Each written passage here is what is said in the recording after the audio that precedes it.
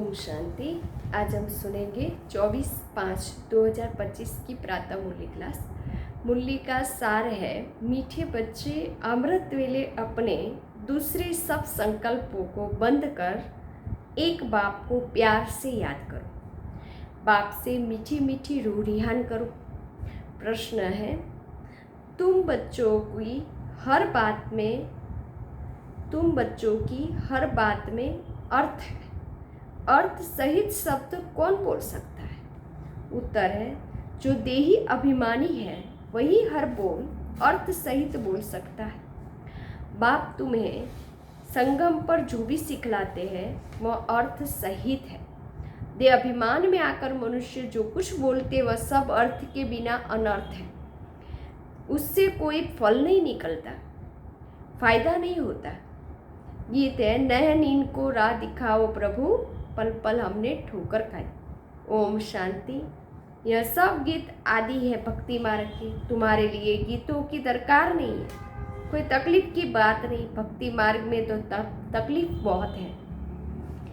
कितनी रस्म रिवाज चलती है, ब्राह्मण खिलाना, यह करना, तीर्थों आदि पर बहुत कुछ करना होता है। यहाँ आकर सब तकलीफों से छुड़ा देते, इसमें कुछ भी करना नहीं है। मुख से शिव शिव नहीं बोलना है, यह कायदे मुजिब नहीं है, इनसे कोई फल नहीं मिलेगा। बाबा कहते यह अंदर में समझना है, मैं आत्मा हूँ। बाप ने कहा है हमको याद करो, अंतर्मुखी होकर शिव बाबा को ही याद करना है। तो बाप प्रतिज्ञा करते हैं तुम्हारे पाप भस्म हो जाएगा। भगवान प्रतिज्ञा करते हैं कि अगर हम आत्मा समझकर बाबा को याद करेंगे तो हमारे पाप भस्म हो जाएंगे। यह है योग अग्नि, जिससे तुम्हारे विकर्म विनाश हो जाएंगे। फिर तुम वापस चले जाएंगे घर। हिस्ट्री रिपीट होती है। यह सब अपने साथ बात करने की युक्तियाँ हैं। अपने साथ रूह रिहान करते रहो। बाबा कहते मैं कल तुमको यह युक्ति बताता। यह भी जानते धीरे धीरे यह जाड़ वृद्धि को पाएगा। माया का तूफान भी इस समय है, जबकि मैं आकर तुम बच्चों को माया के बंधन से छुड़ाता हूँ। सतयुग में कोई बंधन होता नहीं। यह पुरुषोत्तम युग भी अभी तुमको अर्थ सहित बुद्धि में है। यहाँ हर बात अर्थ सहित ही है। देह अभिमानी जो बात करेंगे सो अनर्थ, देही अभिमानी जो बात करेंगे अर्थ सहित, उनसे फल निकलेगा। अब भक्ति मार्ग कितनी डिफिकल्टी होती है, भक्ति मार्ग में कितनी डिफिकल्टी होती है। समझते तीर्थ यात्रा करना, यह सब भगवान के पास पहुंचने के रास्ते हैं। परंतु बच्चों ने अब समझा है वापिस कोई एक भी जा नहीं सकता। पहले नंबर में जो विश्व के मालिक लक्ष्मी नारायण थे, उनके ही 84 जन्म बता सकते हैं। लक्ष्मी नारायण विश्व के मालिक थे, उनके पूरे 84 जन्म बताए हैं। तो फिर और कोई छूट कैसे सकता है? सब चक्कर में आते हैं तो कृष्ण के लिए कैसे कहेंगे कि वह सदैव कायम है ही है। हाँ, कृष्ण का नाम रूप तो चला गया, बाकी आत्मा तो है ही किसी न किसी रूप में। यह सब बातें बच्चों को बाप ने आकर समझाई है। यह पढ़ाई है, स्टूडेंट लाइफ में ध्यान देना है। मुरली कभी मिस नहीं करनी। रोजाना टाइम मुक्कर कर दो अपना चार्ट लिखने का। व्यापारी लोगों को तो बहुत बंधन रहता है, नौकरी करने वालों पर बंधन नहीं रहता है। वह तो अपना काम पूरा किया और खलास। नौकरी वाले तो अपना काम पूरा किया और खलास। व्यापारियों के पास तो कभी ग्राहक आए तो सप्लाई करना पड़े। बुद्धि योग बाहर चला जाता है, तो कोशिश कर अब समय निकालना चाहिए। अमृत वेले का समय अच्छा है। उस समय बाहर के विचारों को लॉकअप कर देना। इस समय बाहर के विचारों को, जो संकल्प चलते हैं, बाहर के विचारों को लॉकअप माना बंद कर देना चाहिए। अमृत वेले बाहर का कोई भी संकल्प नहीं चलने चाहिए, कोई भी ख्याल ना आए। बाप की याद रहे, बाबा की महिमा में लिख देना चाहिए बाबा ज्ञान का सागर है, पतित पावन है। बाबा हमको विश्व का मालिक बनाते हैं, उनकी श्रीमत पर चलना है। सबसे अच्छी मत मिलती है मन मना भव। दूसरा कोई ये बोल ना सके। कल्प कल्प यह मत मिलती है तमो प्रधान से सतो प्रधान बनने की। बाबा सिर्फ कहते मामेकम याद करो। इसको कहा जाता है वशीकरण मंत्र। अर्थ सहित याद करने से ही खुशी होगी। माना आत्मा समझकर बाप को याद करने में ही खुशी रहे। बाबा कहते अव्यभिचारी याद चाहिए, एक शिव बाबा के सिवाय और कोई याद नहीं, उसको कहते अव्यभिचारी याद। जैसे भक्ति में एक शिव की पूजा अव्यभिचारी है, फिर व्यभिचारी होने से अनेकों की भक्ति करते हैं। पहले थी अद्वैत भक्ति, माना एक की भक्ति, एक की भक्ति करते थे, ज्ञान भी उस एक का ही सुनना है। तुम बच्चे जिसकी भक्ति करते थे वह स्वयं तुम्हें समझा रहा है। शिव बाबा कहते हैं मीठे मीठे बच्चे अभी मैं आया हूँ, यह भक्ति कल्ट अभी पूरा हुआ। तुमने ही पहले पहले एक शिव बाबा का मंदिर बनाया, उस समय तुम अव्यभिचारी भगत थे, इसीलिए बहुत सुखी थे। फिर व्यभिचारी भगत बनने से, अनेकों की भक्ति करने से द्वैत में आ गए, तब थोड़ा दुख होता है। एक शिव बाबा तो सबको सुख देने वाला है ना। बाबा कहते हैं मैं आकर तुम बच्चों को मंत्र देता हूँ, मंत्र भी एक का ही सुनो। यहाँ देहधारी कोई भी नहीं है, एक शिव बाबा ही है। यहाँ तुम आते ही हो बाप दादा के पास, शिव बाबा से ऊंच कोई है ही नहीं, याद भी सब उनको ही करते हैं। भारत ही स्वर्ग था, लक्ष्मी नारायण का राज्य था। उनको ऐसा किसने बनाया, लक्ष्मी नारायण को इतना उच्च राज्य भाग्य किसने दिया, जिसकी तुम फिर पूजा करते हो। किसको पता ही नहीं कि महालक्ष्मी कौन है, महालक्ष्मी का आगे जन्म कौन सा था। तुम बच्चे जानते हो कि वह है जगत अम्बा। तुम सब माताएं हो, वंदे मातरम। सारे जगत पर ही तुम अपना दाव जमाती हो। भारत माता कोई एक का नाम नहीं है। तुम सब शिव से शक्ति लेते हो, योग बल से। शक्ति लेने में माया इंटरफियर करती है। युद्ध में कोई अंगूरी लगाते हैं तो बहादुर हो, लड़ना चाहिए। ऐसे नहीं कोई ने अंगूरी लगाई और तुम फंस पड़ो। यह है ही माया की युद्ध, बाकी कोई कौरव और पांडवों की युद्ध है ही नहीं, उनकी तो आपस में युद्ध है। मनुष्य जब लड़ते हैं तो 1-2 गज जमीन के लिए गला काट देते हैं। बाप आकर समझाते यह सब ड्रामा बना हुआ है।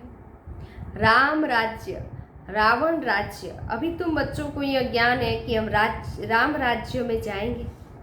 यहाँ राम राज्य में वहाँ तो अथाह सुख है। नाम ही है सुखधाम, स्वर्ग। वहाँ दुख का नाम निशान नहीं रहता। अब जबकि शिव बाबा आए हैं ऐसी राजाई देने के लिए, तो बच्चों को कितना पुरुषार्थ करना चाहिए। घड़ी घड़ी कहता हूँ बच्चे थको मत, रोज मुरली सुन, शिव बाबा को याद करते रहो, उसमें थको मत। बाबा की याद में थकना नहीं। वह भी बिंदी है, शिव बाबा भी बिंदी और हम आत्मा भी बिंदी है। यहाँ पाठ बजाने आए हैं, अब पाठ पूरा हुआ है। अब शिव बाबा कहते मुझे याद करो तो विकर्म विनाश होंगे। विकर्म आत्मा पर ही चढ़ते हैं ना, शरीर तो यहाँ खत्म हो जाएंगे। कई मनुष्य कोई पाप कर्म करते हैं तो अपने शरीर को ही खत्म कर देते हैं, परंतु इससे कोई पाप उतरता नहीं है। पाप आत्मा कहा जाता है। साधु संत आदि तो कह देते आत्मा निर्लेप है, आत्मा सो परमात्मा। अनेक मतें हैं। अभी तुमको एक श्रीमत मिलती है, आत्मा वो परमात्मा नहीं है, आत्मा परमात्मा की संतान है।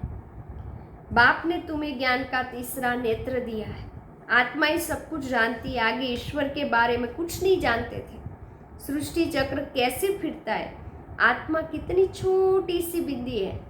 पहले पहले आत्मा का रियलाइजेशन करवाते हैं। आत्मा बहुत सूक्ष्म है, आत्मा बहुत सूक्ष्म है, उनका साक्षात्कार होता है। वह सब है भक्ति मार्ग की बातें, ज्ञान की बातें तो शिव बाबा समझाते। वह भी भ्रुकुटी के बीच में आकर बैठते बाजू में। श्री ब्रह्मा बाबा के शरीर में। यह भी जड़ समझ लेते हैं। ब्रह्मा बाबा भी बाजू में बैठते शिव बाबा, तो ब्रह्मा बाबा भी जड़ समझ लेते हैं। यह सब है नई बातें जो शिव बाबा ही बैठकर समझाते हैं। यह पक्का याद कर लो, शिव बाबा समझाते हैं, भूलो नहीं।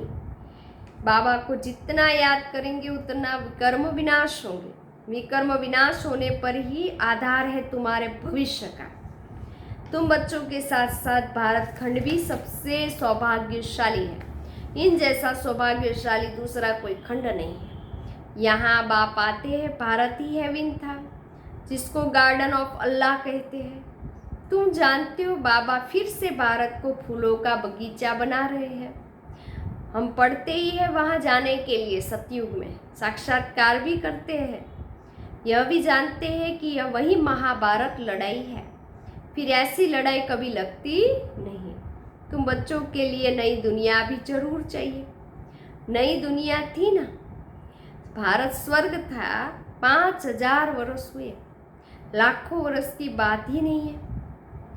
लाखों वर्ष होते तो मनुष्य अनगिनत अभी हो जाते।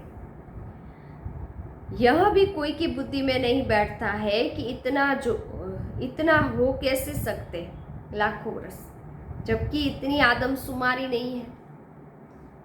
अभी तुम समझते हो, आज से 5000 वर्ष पहले हम विश्व पर राज्य करते थे और खंड नहीं थे, और कोई खंड नहीं था, एक भारत ही अविनाशी खंड था। वह सब खंड तो बाद में होते हैं। तुम बच्चों की बुद्धि में यह सब बातें और किसी की बुद्धि में बिल्कुल नहीं है। थोड़ा भी इशारा दो तो समझ जावे, बात तो बरोबर है। हमारे पहले जरूर कोई धर्म था। अभी तुम समझा सकते हो कि एक आदि सनातन देवी देवता धर्म था, वह प्रालोप हो गया है। कोई अपने को देवता धर्म के कह नहीं सकते, समझते ही नहीं कि हम आदि सनातन देवी देवता धर्म के थे। फिर वह धर्म कहाँ गया? हिंदू धर्म कहाँ से आया? कोई का भी इन बातों में चिंतन नहीं चलता। तुम बच्चे समझा सकते हो, बाप तो है ज्ञान का सागर, ज्ञान की अथॉरिटी। तो जरूर आकर शिव बाबा ज्ञान सुनाया होगा। संगम पर आए होंगे। ज्ञान से ही सदगति होती, इसमें प्रेरणा की बात नहीं। शिव बाबा कहते जैसे अब आए हैं वैसे कल्प कल्प आता हूँ। हर 5000 वर्ष के बाद शिव बाबा कलयुग के अंत और सतयुग की आदि के बीच का जो पुरुषोत्तम कल्याणकारी युग है, तब ब्रह्मा बाबा के तन में आकर ज्ञान सुनाते हैं और मानव को देवता बनाते हैं। कल्प बाद भी आकर फिर सब बच्चों से मिलेंगे। तुम भी ऐसे चक्कर लगाते हो, राज्य लेते हो और फिर गवाते हो। वो यह बेहद का नाटक है। तुम सभी एक्टर्स हो। आत्मा एक्टर होकर क्रिएटर, डायरेक्टर, मुख्य एक्टर को न जाने तो क्या काम का। तुम बच्चे जानते हो जे कैसे आत्मा शरीर धारण करती है और पाठ बजाती है। अब फिर वापिस घर जाना है। अब इस पुरानी दुनिया का, कलयुग का अंत है। कितनी सहज बात है। तुम बच्चे ही जानते हो शिव बाबा कैसे गुप्त बैठे हैं ब्रह्मा बाबा के शरीर में। गोदरी में करतार देखा, अब देखा कहे या जाना कहे, बात तो एक ही। आत्मा को देख सकते हैं परंतु उससे कोई फायदा ही नहीं। कोई को समझ में आ न सके। नौधा भक्ति में बहुत साक्षात्कार करते हैं। आगे तुम बच्चे भी कितने साक्षात्कार करते थे, बहुत प्रोग्राम आते थे। फिर पिछाड़ी में यह खेल पाल तुम देखेंगे। अब तो बाबा कहते पढ़कर होशियार हो जाओ। अगर नहीं पढ़ेंगे तो फिर जब रिजल्ट निकलेगी तो मुंह नीचे हो जाएगा। फिर समझेंगे हमने कितना समय वेस्ट किया। जितना जितना बाबा की याद में रहेंगे, याद के बल से पाप मिट जाएंगे। जितना बाप की याद में रहेंगे उतना खुशी का पारा चढ़ेगा। मनुष्य को ये पता ही नहीं कि भगवान को क्यों याद किया जाता है। कहते भी है तुम मात पिता हम बालक तेरे, तुम्हारी कृपा से सुख घनेरे मिलते हैं, परंतु अर्थ नहीं सब जानते। अभी तुम जानते हो, शिव के चित्र पर समझा सकते हो। यह ज्ञान का सागर है, पतित पावन है, उनको याद करना है। बच्चे जानते हैं वही शिव बाबा आए हैं सुख घनेरे देने के लिए, सुख घनेरे का रास्ता बताने। यह पढ़ाई है। इसमें जो जितना पुरुषार्थ करेगा उतना उच्च पद पाएगा। यह कोई साधु संत आदि नहीं है जिसकी गद्दी चली आई हो। यह तो शिव बाबा की गद्दी है। ऐसे नहीं यहाँ जाएगा तो दूसरा कोई गद्दी पर बैठेगा। बाप तो सबको साथ ले जाएगा। कई बच्चे व्यर्थ ख्यालातों में अपना समय वेस्ट करते हैं। सोचते हैं खूब धन इकट्ठा करे, पुत्र पोत्रे खाएंगे, बाद में काम आएगा। तो बाबा क्या कहते, बैंक लॉकर में जमा करें। हाँ, क्या कहते, कहीं बहुत टाइम वेस्ट करते हैं। बाबा कहते हैं सोचते हैं कि खूब धन इकट्ठा करें, पुत्र पोत्रे खाएंगे, बाद में काम आएगा, बैंक लॉकर में जमा करें, बाल बच्चे खाते रहेंगे। परंतु किसको भी गवर्नमेंट छोड़ेगी नहीं। इसीलिए उसका जास्ती ख्याल न कर अपनी भविष्य कमाई में लग जाना चाहिए।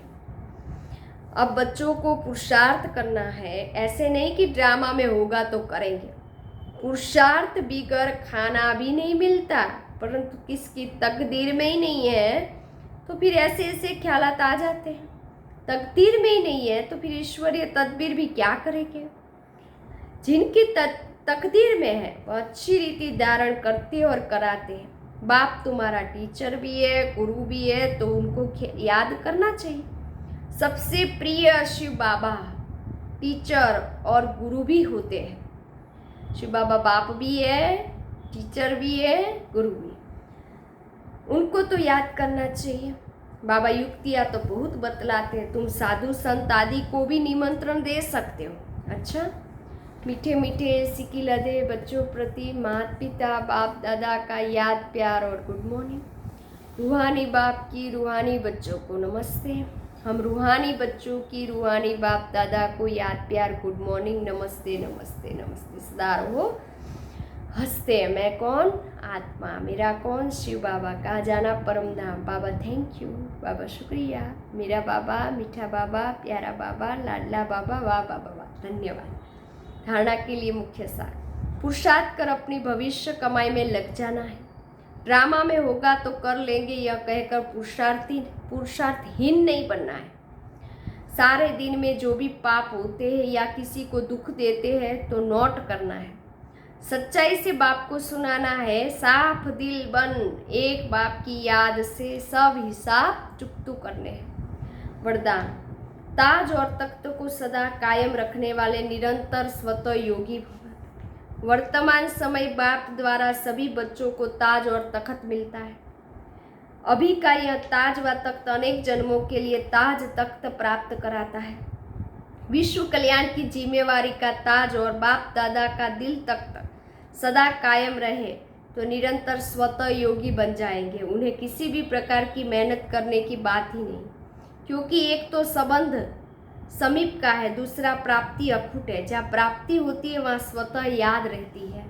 स्लोगन, प्लेन बुद्धि से प्लेन को प्रैक्टिकल में लाओ तो सफलता समाई हुई है। अव्यक्त इशारे, रूहानी रॉयल्टी और प्योरिटी की पर्सनालिटी को धारण करो। दुख अशांति की उत्पत्ति अपवित्रता से होती है। जहाँ पवित्रता नहीं वहाँ दुख अशांति कोई कहाँ से आए।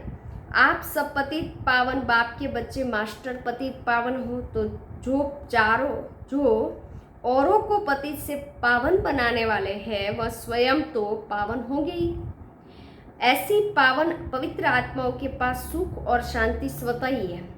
सबसे बड़े ते बड़ी महानता है ही पावन बनना। आज भी इसी महानता के आगे सभी सिर झुकाते हैं। अच्छा, ओम शांति।